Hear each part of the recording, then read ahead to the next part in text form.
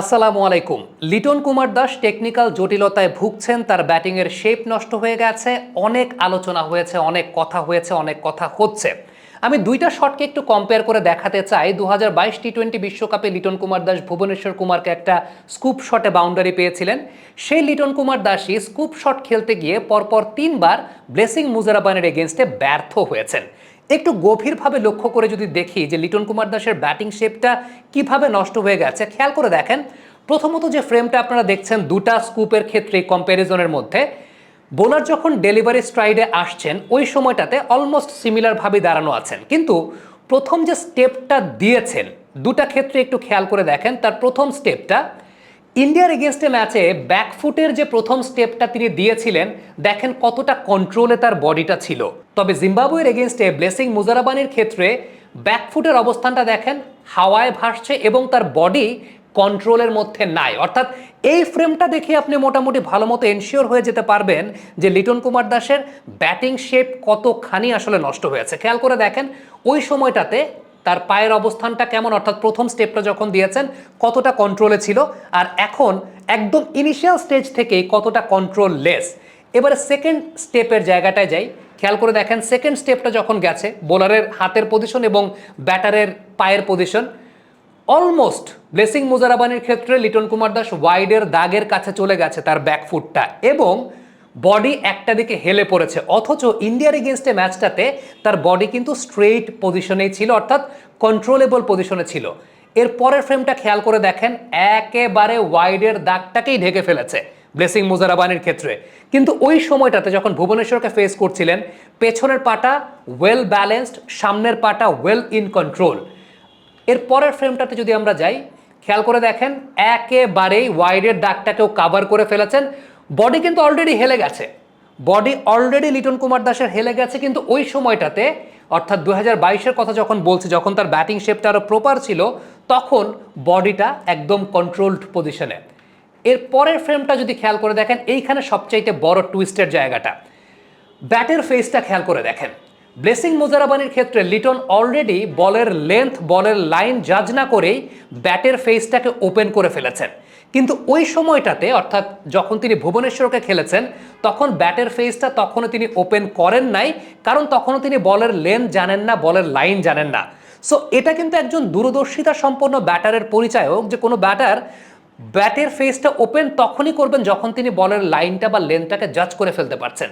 After that আমি ফ্রেমে যাই, খেয়াল করে দেখেন পায়ের অবস্থান এবং ব্যাটের অবস্থান। ব্যাটের ফেস একদম পুরোপুরি ওপেন করা, কিন্তু এই জায়গায় লিটন এখনও ওয়েট করছেন ব্যাটের ফেসটা ওপেন করার জন্য, বলের ডিরেকশনটার প্রতি ফলো করছেন। পায়ের অবস্থানটা খেয়াল করে দেখেন, স্টিল পায়ের অবস্থানটা উপরে রয়েছে, কিন্তু 2022 সালে তার পায়ের অবস্থানটা কিন্তু নিচে এবং ভেরি মাচ ওয়েল কন্ট্রোলড। এবং এই ফ্রেমটায় দেখতে পাচ্ছেন লিটন অলরেডি শটের অ্যাটেম্পটে চলে গেছেন, হি ওয়াজ বিট আর্লি। কিন্তু ভুবনেশ্বর কুমারের ক্ষেত্রে খেয়াল করে দেখেন, তিনি শটটাকে কন্ট্রোলেবল অবস্থায়, তিনি বলটাকে তার নিজের বডি বরাবর অ্যালাউ করছেন, পারফেক্ট পজিশনে যাচ্ছেন, আস্তে আস্তে ব্যাটের ফেসটা ওপেন করা শুরু করছেন। এর পরের ফ্রেমটা যদি আমরা ভালো মতো লক্ষ্য করে দেখি, লিটন অলরেডি শটে চলে গেছেন, অলরেডি অফ স্ট্যাম্পের বাইরে চলে যাওয়া শুরু করছেন, বডি অলরেডি অফ স্ট্যাম্পের বাইরে হেলে পড়া শুরু করেছে। এই জায়গাটাই অনেক বড় পার্থক্যের জায়গাটা। আমরা এর পরের ফ্রেমটা যদি দেখি, খেয়াল করে দেখেন লিটন অলরেডি বাঁ পাশে সরে গেছেন, বডি কন্ট্রোল হারিয়ে গেছে, কিন্তু ডান পাশে যখন তিনি ভুবনেশ্বরকে খেলছেন very much in control, space create করছেন, এবং সেই স্পেসটা এমনভাবে ক্রিয়েট করছেন বলের ডিরেকশন যে জায়গায়, সেই অনুযায়ী ব্যাটের ফেসটাকে ওপেন করে এক্সিকিউশনের দিকে যাচ্ছেন।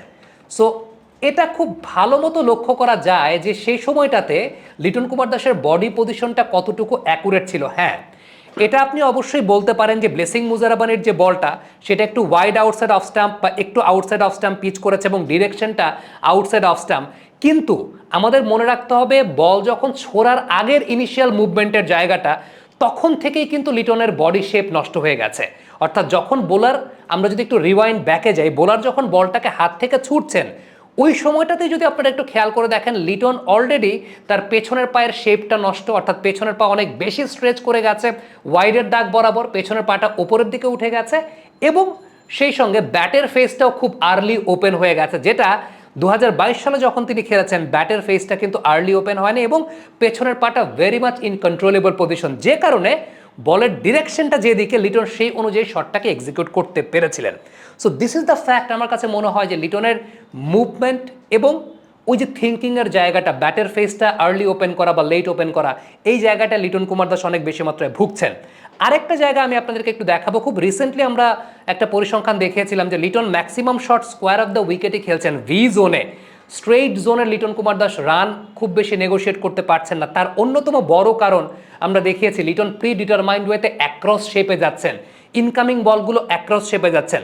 প্রসঙ্গের জায়গা ছিল লিটন কুমার দাসকে ফ্রন্ট লেগ ক্লিয়ার করতে পারেন না? হ্যাঁ, Liton Kumar Das front leg clear করতেও পারতেন। আমরা আর্শদীপের এগেইনস্টে লিটন কুমার দাসের একটা বলকে যদি কম্পেয়ার করে দেখাই লাস্ট শ্রীলঙ্কা সিরিজের বলের সঙ্গে, খেয়াল করে দেখেন লিটন অ্যাক্রস গিয়েছিলেন ঠিকই আর্শদীপের এগেইনস্টে, কিন্তু পরবর্তী সময় ফ্রন্ট লেগটাকে তিনি ক্লিয়ার করে ফেলেছেন। দিস ইজ দ্য থিং যেটা লিটন কুমার দাসের এখন মিসিং হচ্ছে। তিনি ফ্রন্ট লেগটাকে ক্লিয়ার করতে পারছেন না। ইভেন সেই পার্টিকুলার ম্যাচটাতে মোহাম্মদ শামির এগেইনস্টে তিনি স্কোয়ার লেগ অঞ্চল দিয়ে একটা রান করেছিলেন, একটা বাউন্ডারি পেয়েছিলেন, সেই বলটাতেও তিনি তার ফ্রন্ট লেগটাকে ক্লিয়ার করেছিলেন। So this is the thing. আমার কাছে মনে হয় লিটন সবচাইতে বেশি স্ট্রাগল করছেন। তিনি যে এর আগে ফ্রন্ট লেগ ক্লিয়ার করেন নাই তা কিন্তু না, তার ফ্রন্ট লেগ ক্লিয়ার করার ক্যাপাবিলিটি রয়েছে, তার প্রপার স্কুপ শট খেলারও ক্যাপাবিলিটি রয়েছে। তিনি অতীতে সেটা খেলে দেখিয়েছেন, কিন্তু এখন এই মুহূর্তে পারছেন না। তো আলটিমেটলি আমার কাছে মনে হয় যে এত কথাবার্তা হচ্ছে, এত কথাবার্তা বাদ দিয়ে লিটন কুমার দাসের উচিত নিজের টেকনিক নিয়ে কাজ করা, নিজের স্কিল ট্রেনিং নিয়ে কাজ করা। কারণটা হচ্ছে ওই ধরনের শট খেলার ক্যাপাবিলিটি বা ফ্রন্ট লেগ ক্লিয়ার করার ক্যাপাবিলিটি তার ছিল, কিন্তু সেটা যে ছিল সেটা এখন নাই। এর পেছনে সবচাইতে বড় কারণটা তার প্রপার ব্যাটিং শেপটা নষ্ট হয়ে গেছে, এবং এটা থেকে ওভারকাম করার জন্য কোচিং প্যানেল আছে, অনেক টাকা দিয়ে কোচিং প্যানেল রাখা আছে। সো তারা কেন এই জায়গাগুলো ভিডিও বিশ্লেষণ করে যে একটা প্লেয়ারের ক্যাপাবিলিটি ছিল সেই ক্যাপাবিলিটিটা এখন নাই, সেটাকে ফিরিয়ে আনার জন্য আমার কি করতে হবে, সেই জায়গাটাই এখন ওইভাবে জোর দেওয়াটাই আমার কাছে মনে হয় যে সবার দায়িত্বের জায়গার মধ্যে পড়ে। থ্যাংক ইউ ভেরি মাচ আমাদের সঙ্গে থাকার জন্য। কমেন্ট বক্সে আপনাদের মন্তব্য জানতে চাই।